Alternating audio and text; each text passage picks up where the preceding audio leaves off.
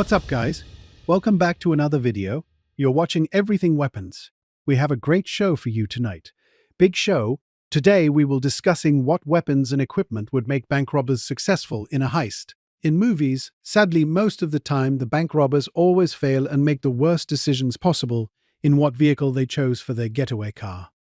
All the way down to what guns and equipment they use. Obviously, I'll just say right from the start that this video is purely hypothetical. And we do not condone bank robbing. It's more for the thought for a movie where the bank robbers actually succeed. So let's start off with what guns would be best for bank heisters. The best choice is to have designated men with a specific certain role, each carrying different weapons and equipment. In movies, you almost never see this in bank robbery movies. Usually, every man just have very similar weapons, either all assault rifles or submachine guns. Let's start off with the basic robber. This could be only one in a small squad, or a few men carrying the same loadout. The best pick is obvious, for those who know, but the AK-47 or AKM. Why?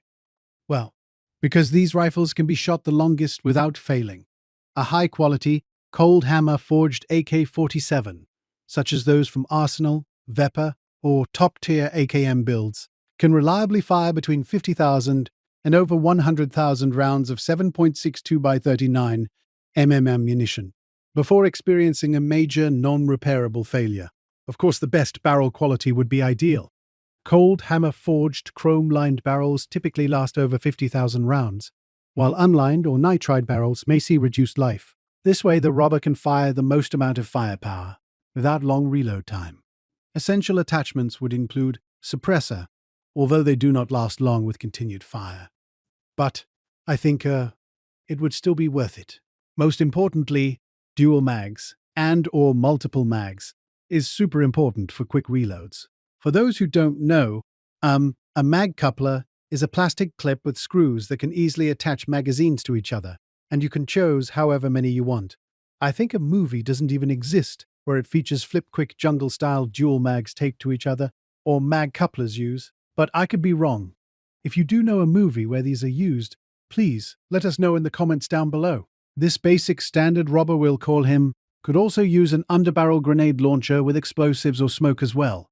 And of course, carry extra hand smoke and frag grenades. For a success bank heist mission, I think smoke, tear gas, and/or white phosphorus would have to play a huge role for robbers to get away.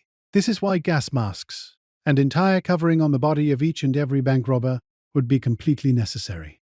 Luckily, a really good bank robbery movie, Den of Thieves 1, features gas masks and smoke grenades, but sadly no tear gas or white phosphorus grenades nicknamed Willie Pete grenades are used in that film. I think a pistol for this basic standard robber would be unnecessary, as it takes away space for AK mags and/or grenades.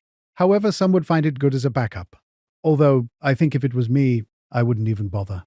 Strong big zip ties for the hostages, of course, would have to be carried as equipment, and advanced tools like EMP devices or hacking gear would have to be carried also. A separate robber part of the team could be a drone operator for recon to easily let the team know where and who is headed to them. Today in 2026, drones can also carry weapons on them. Bombs or guns could be on drones to provide suppressive fire from any angle. Another cool tactic yet to be seen in a bank robbery movie. Alright, next up let's talk about another type of role. Explosives guy. Every bank robbery team requires a designated boom guy. Think of it like Scorch from Clone Delta Squad. That's a Republic Commando reference for all my Star Wars nerds. Okay, sorry, back on topic. I think the best option would be the Milcor MGL-6 revolving grenade launcher as a primary, with a pistol and holster as backup. This bank robber role could provide insane explosive firepower or suppressive smoke, tear gas, and white phosphorus grenades launched from a 40mm 6-shot grenade launcher, the best against police. SWAT and military vehicles would be dual-purpose 40mm grenades, often called HEDGE-P, standing for High Explosive Dual Purpose, such as the M433. These are versatile, low-velocity ammunition designed to destroy both light armored vehicles and personnel. These rounds combine a shaped charge for armor penetration and a fragmenting body for anti-personnel fragmentation. This would completely annihilate any responding police cars to the crime. Especially 6 shots would be able to take out multiple cruisers at a time. And imagine if it was a big squad and there were 2 or 3 of these explosives only guys. Next, for the getaway, I think the best is underground or by boat or helicopter, but initially it could be by armored car. Inside of the armored car could be a minigun and multiple FIM-92 Stinger infrared homing surface-to-air missile rocket launchers to take care of any police and/or military helicopters or aircraft while driving away in the armored car. This is something I have always wanted to see in a bank robbery movie. Okay, and obviously the superior option of getaway after a bank heist would be by helicopter, but an armored car could get the robbers to the chopper safely. Another separate role entirely is a drone operator, mostly used for recon.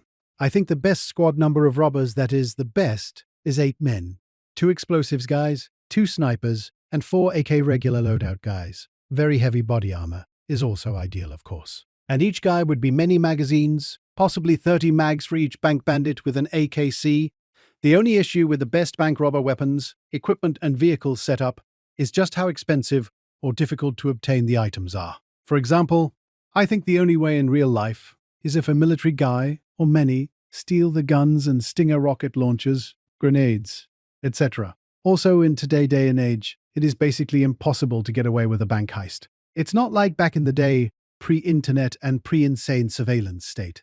The robbers would have to fly away somewhere insanely remote, undetected, where they would have to live the rest of their life at.